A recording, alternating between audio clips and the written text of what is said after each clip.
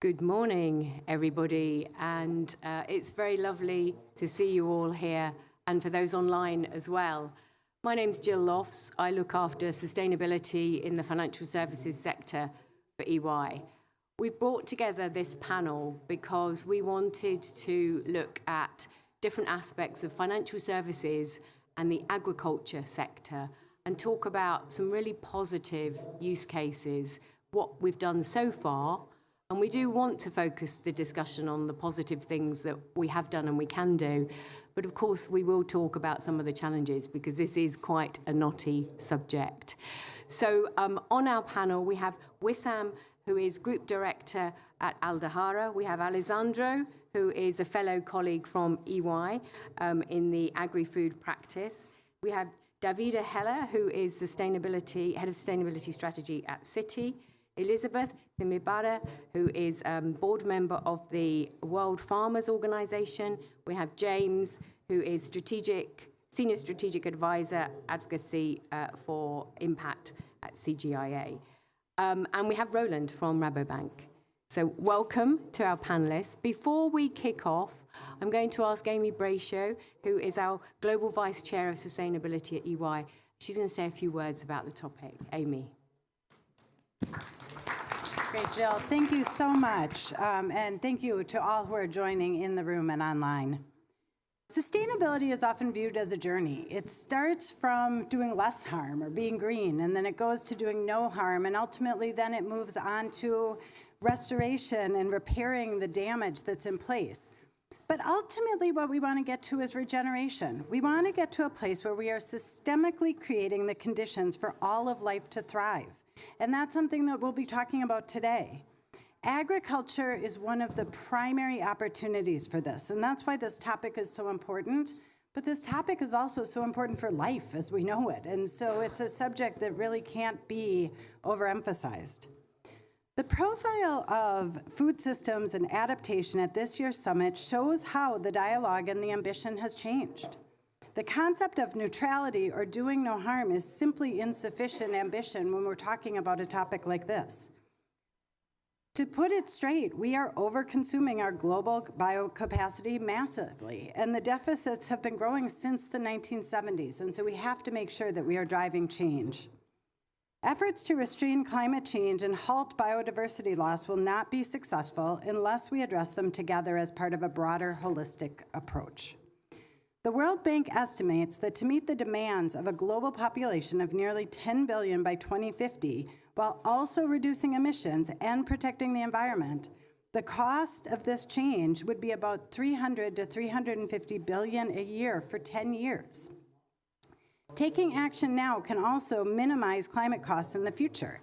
The UNDP reported recently that 16 billion per year invested in adaptation for agriculture would prevent approximately 78 million people from starving or chronic hunger. So we're talking about such an incredibly important topic for society. Now, COP has gotten underway with high-profile action and agreement, early on, never seen before, on loss and damage, on clean energy, and critically on food systems. And that's reason for optimism. The priorities for COP28 summit, including global stocktake, mitigation, adaptation, and a just transition, all have an element that matters across agriculture. The Food Systems Declaration is another exciting element. And what this does is it ratchets up the relevance and significance of this discussion today. We've seen it signed by 134 countries, and that represents 70% of the food that we eat. And so that's gaining some alignment across the world that we can see real change coming from. But regeneration begins with the recognition that the economy, business, and society don't sit apart from nature, but within it. It's a concept that provides a new framework for creating and protecting long-term value. It's encouraging and enabling innovation and building resilience of everyone in the supply chain, from farmers and communities, to companies, to financial services, to consumers. Whether it's nature-based approaches, new technologies, or new forms of collaboration, accessing and scaling this innovation is needed to go further and faster on this critically important topic. 3 areas include removing carbon, tapping into synthetic biology, or creating new income opportunities for farmers and forest communities, as well as biodiversity benefits. And these new sources of revenue are so important to make sure that the farmers are benefiting from the change that we need driven. For many farmers, regenerative farming practices that restore soil health bring us back to traditional practices, and that's great. A number of organizations have sprung up to accelerate the shift to regenerative agriculture by creating ways to monetize its environmental benefits on behalf of farmers, such as generating carbon credits based on the improvement in soil sequestration. But none of this can come without financing, and that is why we're talking about that today. We believe that blended finance will be strategically transformative for financial services. Through creating new products, services, and revenue streams, private finance combined with public finance can mobilize greater finance to mitigation and adaptation, building resilience globally. So with that, I would like to pass it over to our esteemed panelists and Jill Loft, our moderator. Thank you, Amy.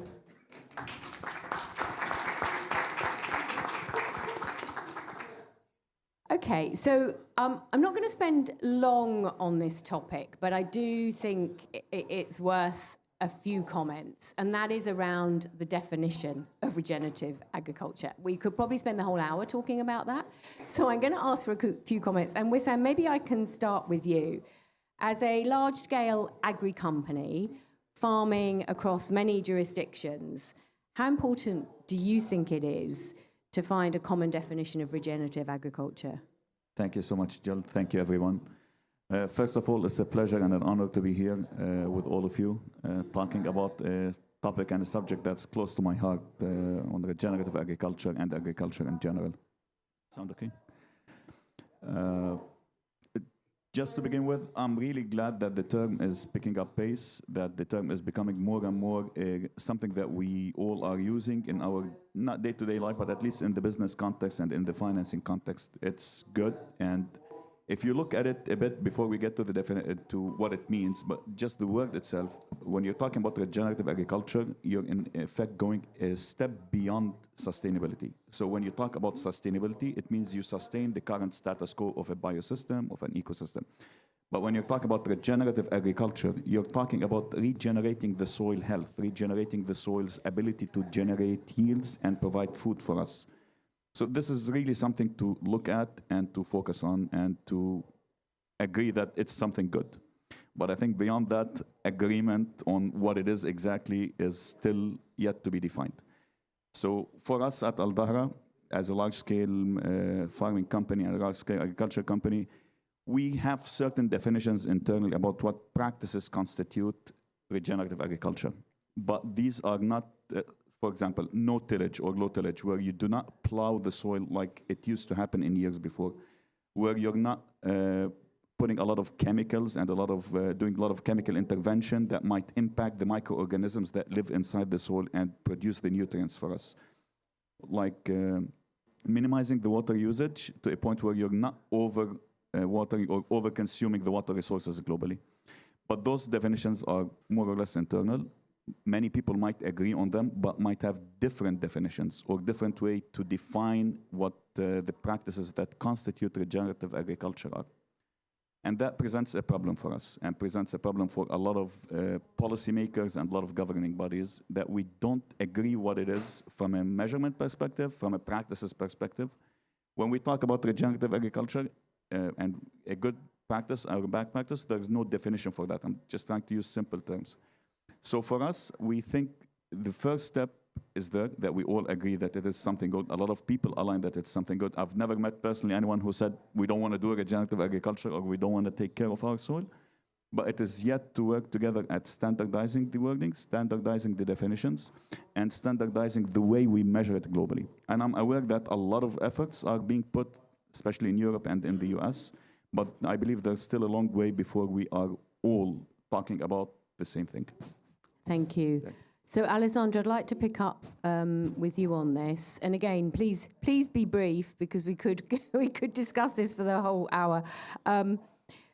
So we don't have common terminology, although, as Wissam said, the term is picking up in popularity, which is fabulous.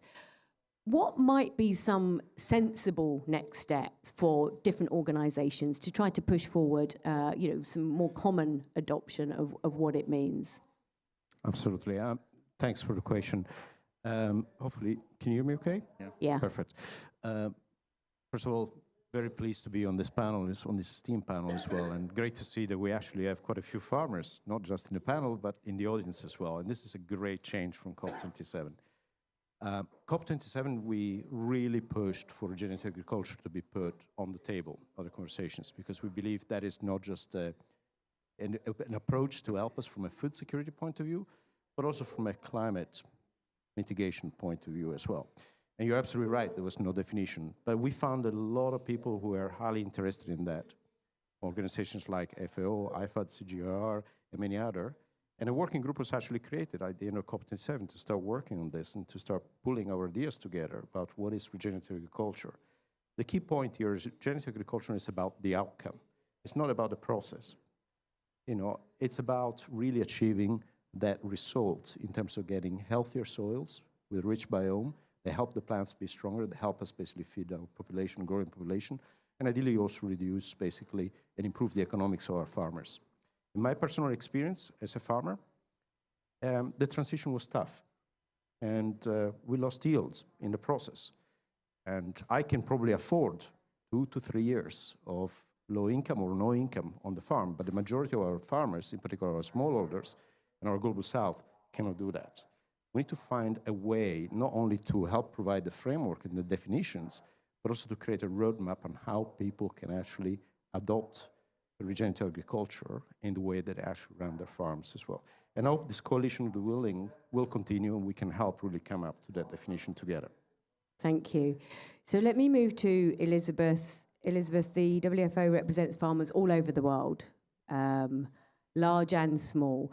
Can you provide some examples for us of different ways in which farmers, particularly I think smaller farmers, have sought to address the transition? Yeah, thank you very much. Let me also start by appreciating the organizers for inviting me to be part of this wonderful panel, but also to share our experience from the field. So to start with, when it comes to regenerative agriculture on the side of the farmers, I think listening to some of the panelists, it looks like it's a new term. But for us, from the farmers' perspective, this is something that we've been doing for years and years. And I think what is important now is to really see how we can put to scale some of the regenerative practices that we've been doing for some time. For us as farmers, when we talk of climate change, we are really at stake because we have a lot that we have to deliver on, making sure that we feed our own families, we feed the world, but we farm in a nature that really it respects the planet and the people, and that is the regeneration that we are talking about. So over the last 5 years, World Farmers Organization has been leading on a process called the Climakers. This is a global initiative that has been collecting stories from the field on what is working. And we have so far a compendium of over 100 stories from the field that have been collected from different parts of the world.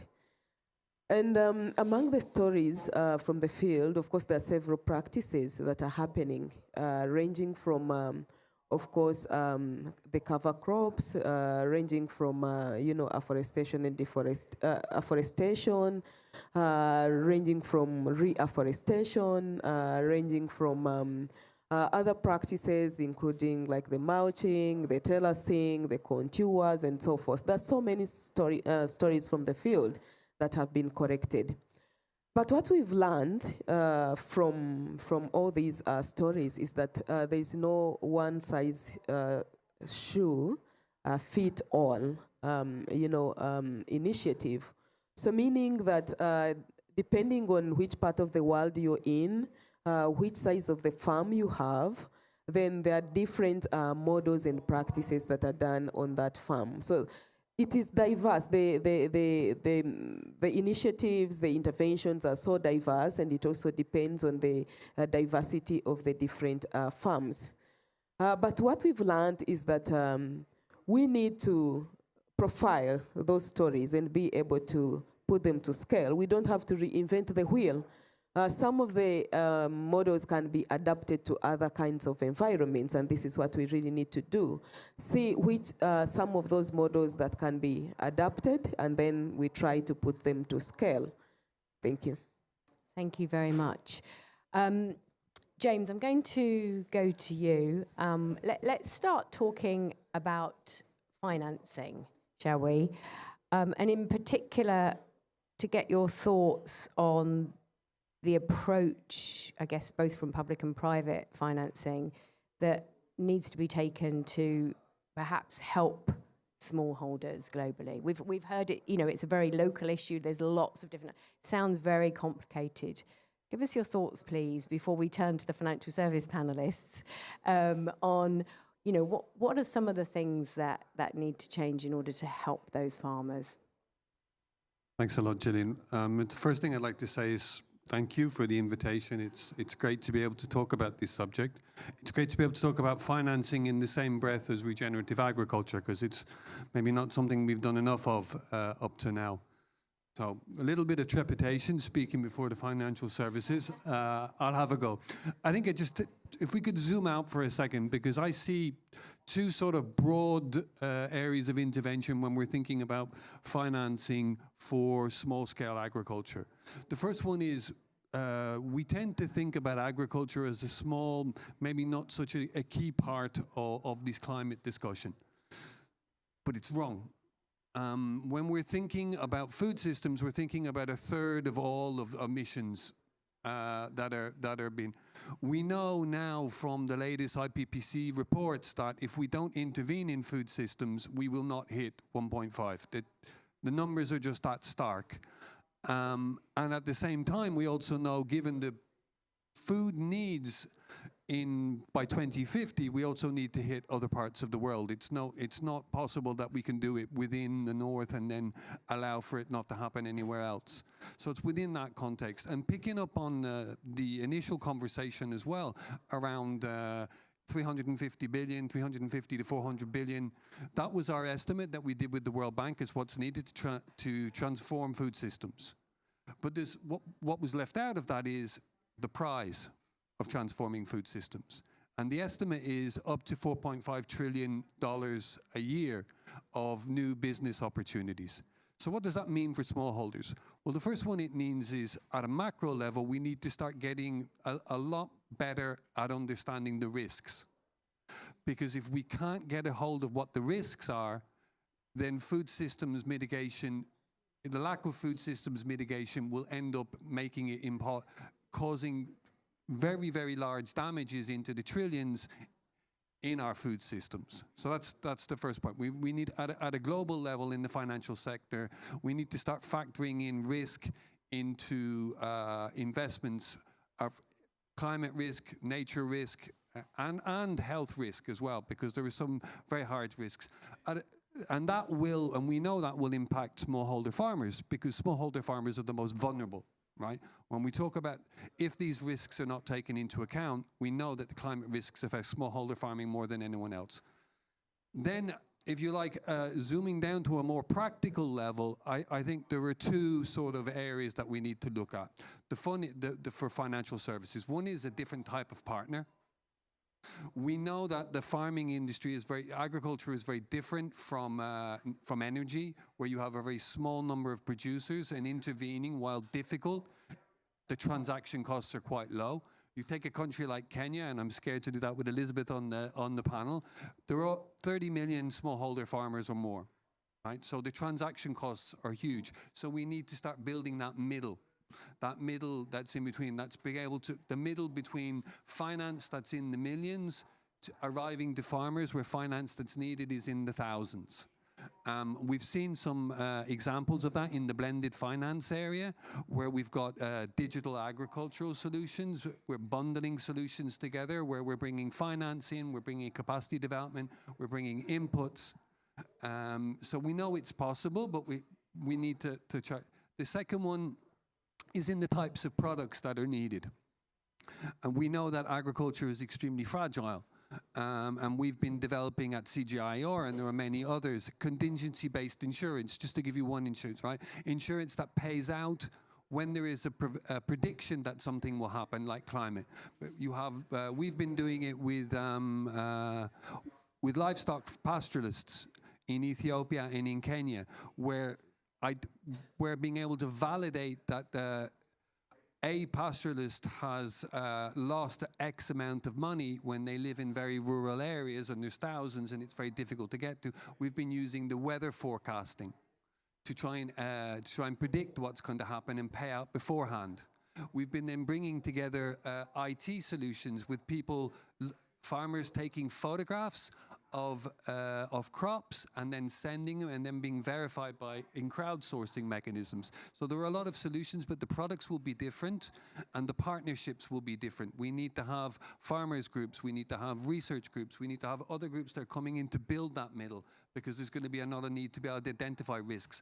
I think the financial sector is very worried about the risks because they're not able to understand them, and there's a lot of scope. There's a lot of scope for players to come in and provide that support. I'll stop there. Thank you. So let's talk a little bit about, let's get some perspectives from financial services.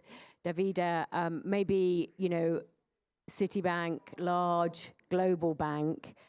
How do you look at the agriculture sector? And maybe you could give us some examples of perhaps how you view large and small farmers that you work with. Thank you, Gillian, for, first of all, for including me, because I think it's a great opportunity also for me to learn. Because as a global bank like Citi, we're in over 95 countries, 13,000 plus clients. You know, I think that we see regenerative agriculture as a critical part of the emissions reduction solution set. And we have been engaging in sustainable agriculture. So as I mentioned, we see regenerative as part of that ecosystem, if you will. And we touch all across the value chain, just in the sense of where we're providing financing and services to our clients. And we're also in a, you know, Amy mentioned the journey, because we are in a journey of really trying to understand what are the risks as well as the opportunities as we are on our net zero trajectory and journey as well. You know, we talked about the fact that nearly a third of the world's GHG emissions are from the global food system. And I think that we see a real opportunity, and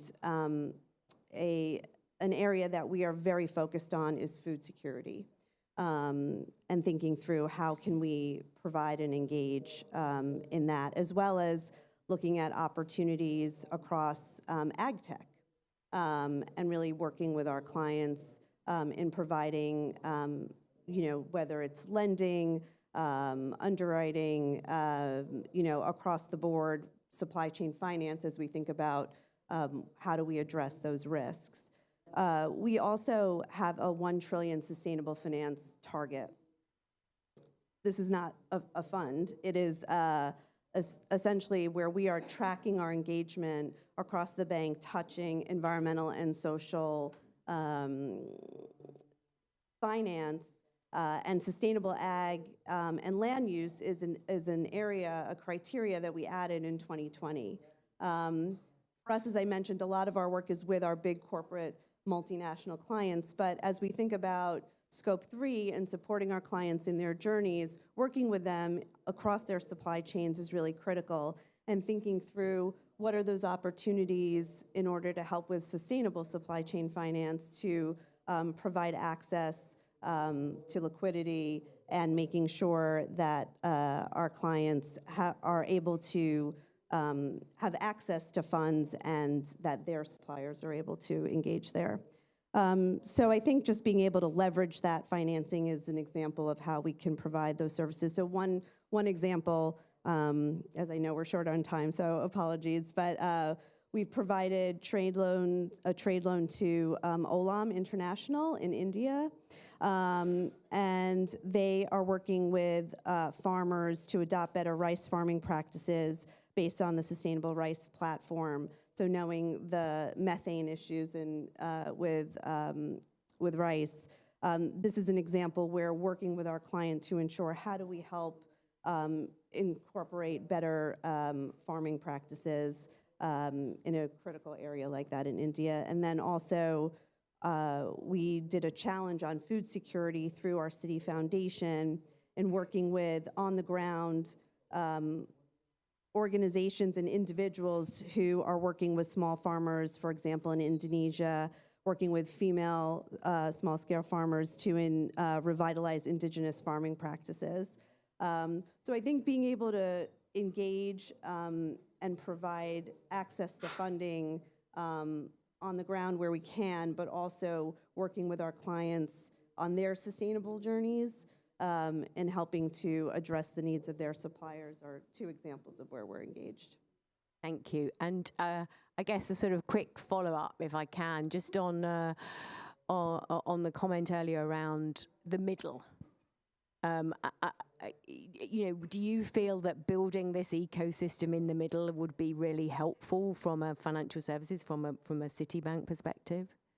I think so. I mean, I think being able to touch all parts of that and being able to engage, across that value chain, I think is necessary, because it's really not the piecemeal approach, but it's kind of really thinking in what's the system, and I think where can the financial sector provide that support. A lot of times, also in partnership is really where we can address those things. Sure, yeah. If I just might come in there, a lot of the developments in tech are really driving forward the possibilities in this area. There are a lot of... I think you're on. We just have noisy neighbours. Are really driving. You think of blockchain. You think of how mobile credit has been moving in countries like Kenya. There are huge possibilities in sort of cutting down those transaction costs and so automating parts of those services. But and the middle sort of developing in the way that we've also seen cooperatives develop in many countries and then become some big more financial institutions, other more intermediaries. Thank you. Let me go to Roland. Obviously, Rabo have a reputation for operating in this area. Wherever I seem to go in the world, people mention Rabo. So it'd be interesting just to get your thoughts on some of this, Roland. How do you at Rabo look at the agricultural sector, and maybe give us some examples of loans, investments, ways you've engaged?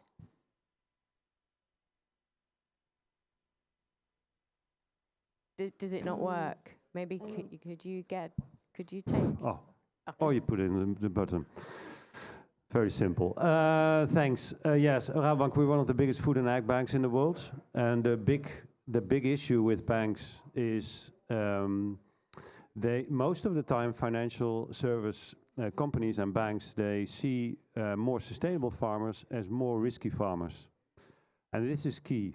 Okay, why? Because that's different in the retail market. So if you're a consumer and you put solar panels on your roof, then everybody says you're a less risky customer. Why? Because you get immediate benefits, you have a lower utility bill, and you have a lower risk. That's different from farming. So and that's something we have to really crack. So what we do, the idea of the Carbon Bank started 3.5 years ago, actually. I was head of innovation for the bank at the time, and I read an article, a scientific article that says within 3.5 years, so that's 3.5 years ago, and within 3.5 years it will be possible to monitor from the sky at a very granular level the growth of trees. And then we said, okay, this is interesting, because when trees grow they capture biomass, and biomass is good because it captures carbon. And then we said, okay, it can be interesting. There are 500 to 800 million smallholder farmers in the world. If we can incentivize them to develop agroforestry projects, so putting trees on the land, which is very good for the biodiversity.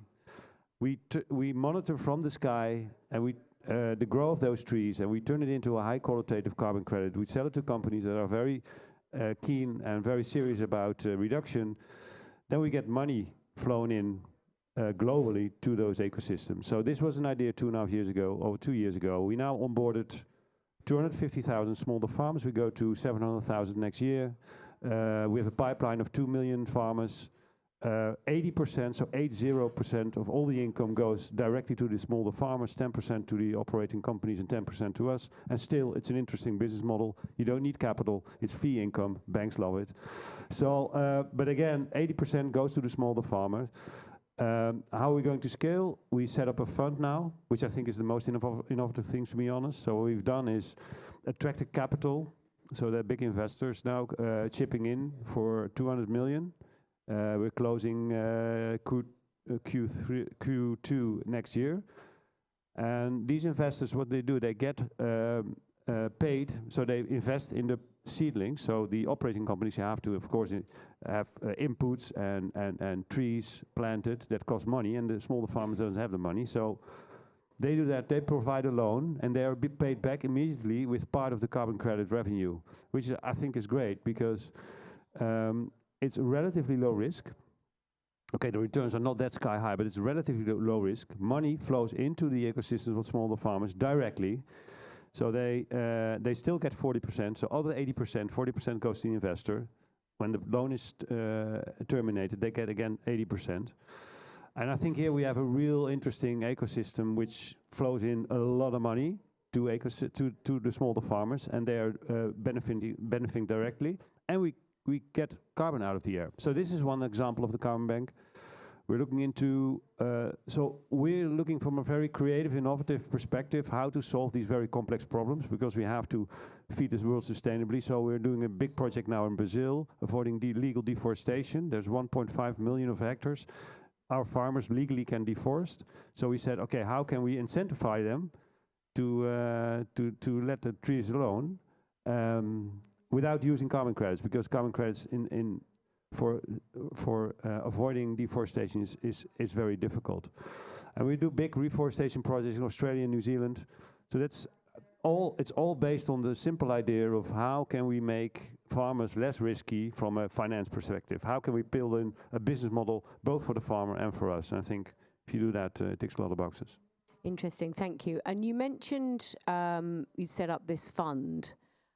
Maybe give me two thoughts, if you will, or give us a couple of thoughts on the role of banking versus investors. Yeah.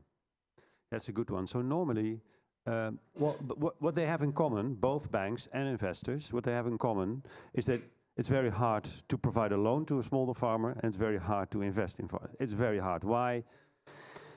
Risky regions, long tenors, no data, etc. So no collateral, whatever.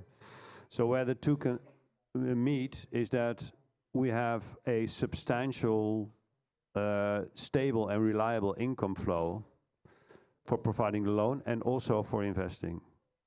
And I think that's the trick here, because everybody who is involved in smallholder farm finance knows incredibly high, from a lending perspective, incredibly high interest rates. And now the interest rates they actually don't have to pay interest. They just have to plant the trees. And from an investing point of view, it's extremely risky.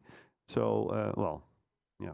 Thank you. Okay. And we don't have insurance represented on the panel, but James, as you mentioned, I think, probably both Davida and Roland would say there's a critical role for insurance from financial services in taking on some of that risk that might not be acceptable to banks or investors. Alessandro, let me just come to you. A couple of thoughts, if we can, on the value chain. So we've talked about a little bit about the bit in the middle and how the ecosystem needs to develop. Davida's mentioned the fact that they operate quite often with larger organizations, but work with them through the supply chain.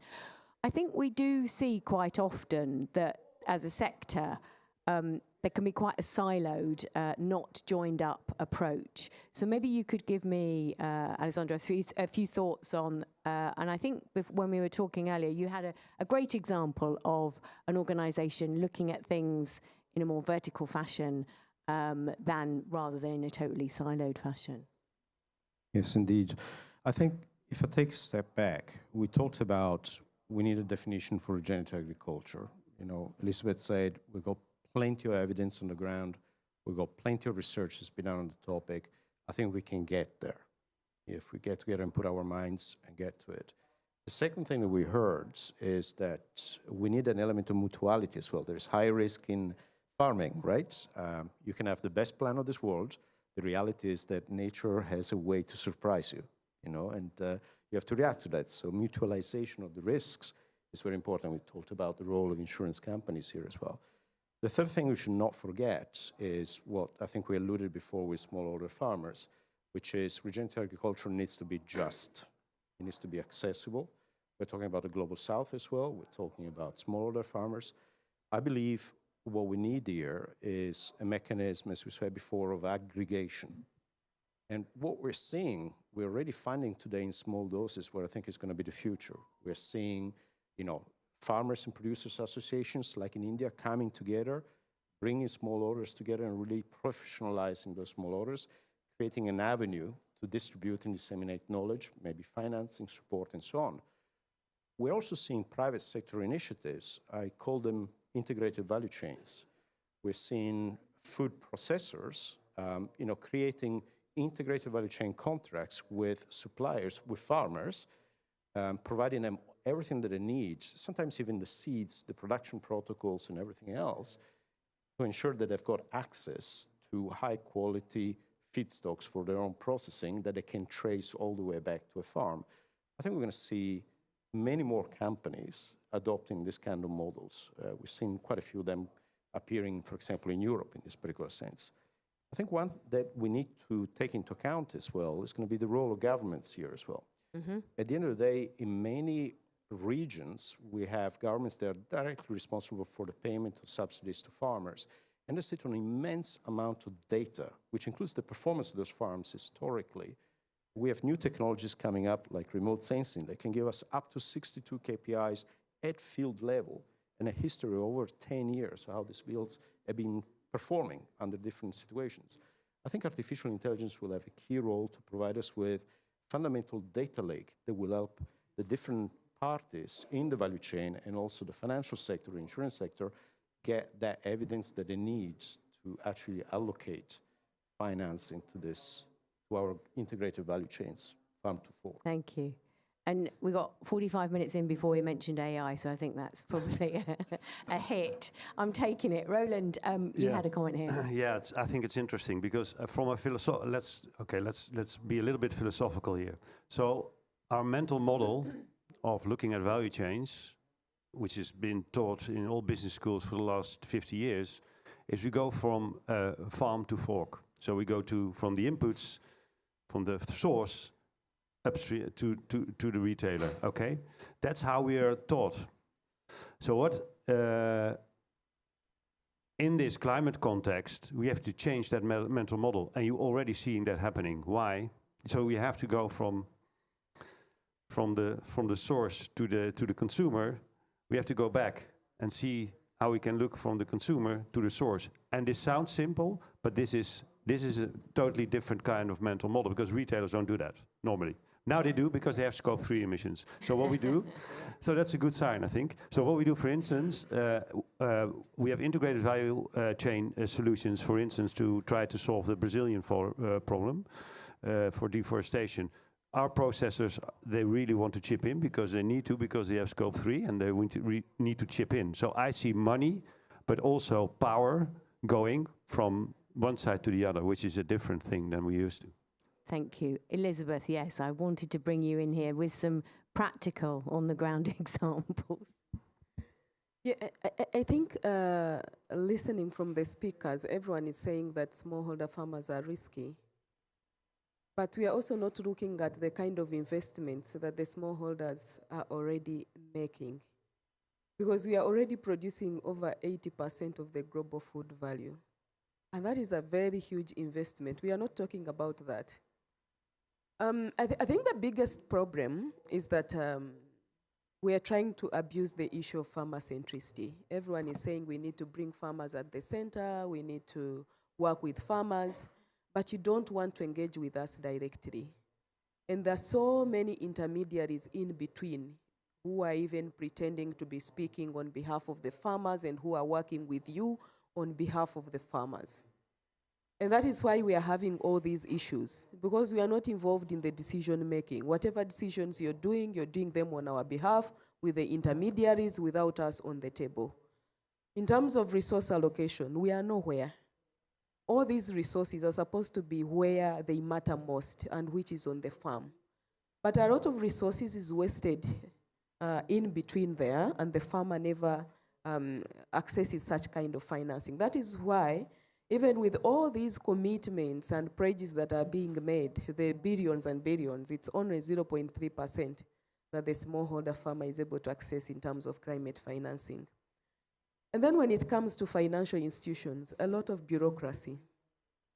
A lot of bureaucracy. I know, for example, we've tried to work with the Africa Development Bank, where we applied to be a service entity on climate financing, but it has taken us, I think, over 2 years without even getting feedback from them. Also, when you look at the accredited entities, majority of them are financial institutions. We don't have farmers' organizations that are accredited entities to receive funding. And these are institutions that don't understand us, that look at us as risky. But also within themselves, I think they have capacity issues. You cannot have a whole bank and then you have only 1 or 2 people who are managing the agriculture portfolio and who are supposed to work with the farmers. So in terms of also the capacity to be able to reach out to the biggest constituency in our different countries, I think it is also lacking. But we've built our internal capacity as farmers' organizations. We are well structured, right from national level to regional, continental, and global levels. We've invested in governance. We understand our challenges. We've also invested in professional management systems. You're talking about us being risky, but I can assure you we are not risky at all. Because we've managed funds from big organizations, from the World Bank, from EU, from IFAD, FAO. We've implemented different projects with most of these partners. So we have the capacity, we have our internal capacity. And we've been able to incubate some of the ideas. We have some of the working models that are working. I'll give you a case of the e-granary farmer-led innovation by the Eastern Africa Farmers Federation, where we are collecting data on our farmers. Mm-hmm. We are building a database of our farmers to know where they are, the size of their land, what they are growing. We are using that information to be able to aggregate their demand for inputs, for services, and for the output market. I think your worry is on data. We are somewhere. But also, data cannot be, a whole blame to the farmers because it's not us that have control over that. I think all of us as actors in the agriculture space, we have a role to play when it comes to data. Government has to make sure that there's good infrastructure in place. But in some countries, there are challenges. Mm-hmm. In some countries, they are still using, I think, 2G network. In some cases, you don't even have access to network. Accessibility in terms of infrastructure, the roads, the connectivity, in terms of electricity and so forth, all these are challenges. But there are challenges that some of them can be addressed by our governments. There are also others that can be addressed by the different actors. So it's important that we build an ecosystem where all of us can sit on the same table as equal partners and be able to contribute. Otherwise, if we continue to work in silos and then we continue to blame the farmers as being risky, then we are not going anywhere in terms of regeneration, and yet it's the farmers who are supposed to implement all these things we are talking about on the field. So we need to empower the farmer.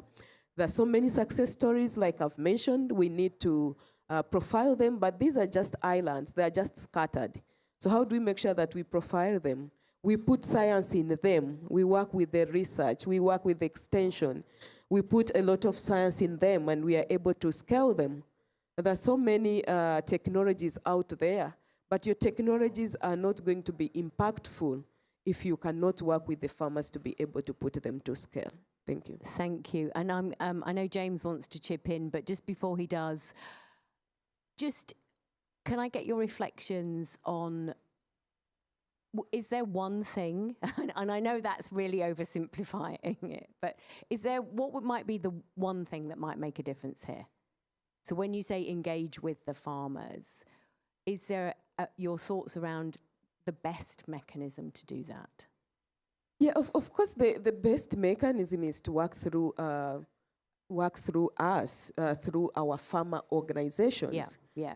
Because when you look at the agriculture sector, it is subsistence in nature. Yeah. So many farmers with less than 2 hectares of land.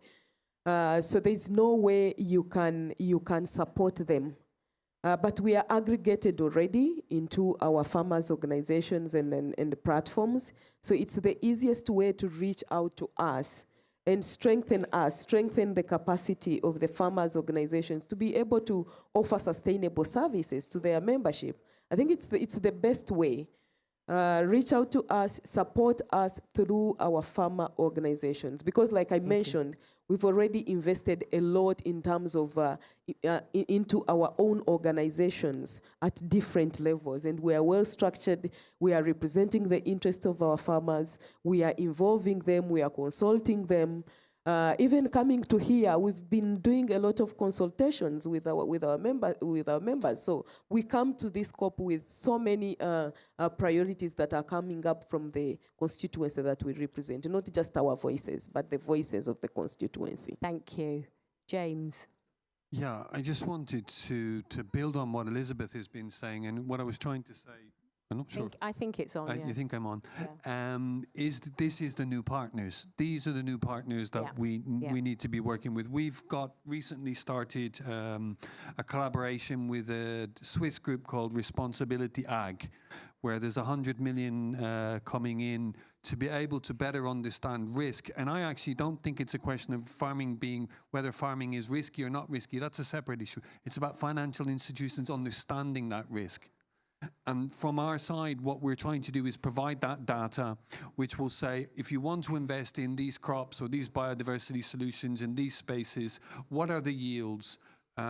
What are the climate predictions, bringing in data produced by others, and then overlaying that within a basket of solutions that if you do this, the risk will go down by X. And because I think that's what the financial institutions need more of. And the middle that needs to bring that in, particularly in the implementation phase, is these groups that are on the ground because, as Elizabeth said, many of the farmers are subsistence, and that's going to take a while to change. Thanks. Thank you. So, Davida, maybe I can go to you. We've heard, I think, about risk and data in particular. So I wanted to pick up on that and get your thoughts, from your perspective. What are some of the things that would make a difference in terms of the scale of financing that you would be able to commit to the agri-sector? Well, I mean, I think we are committed across all different points in the sense of, so for example, we have a social finance team that's very engaged in emerging markets and providing lending across with different organizations in partnerships in order to provide access to smallholder farmers in emerging markets. And then we're on the other side, as I've already been talking about. And then from a risk perspective, I mean, I do think the supply chain finance piece of it is helping to address that risk in the sense of ensuring cash flows are there as needed and providing that security to suppliers. So I'm not saying that more should not be done, and I think what we're talking about here are very innovative ideas in order to continue to build those bridges in order to identify additional opportunities. So I think that that's very welcomed because the risk considerations are there, but I do think we do have a data problem. When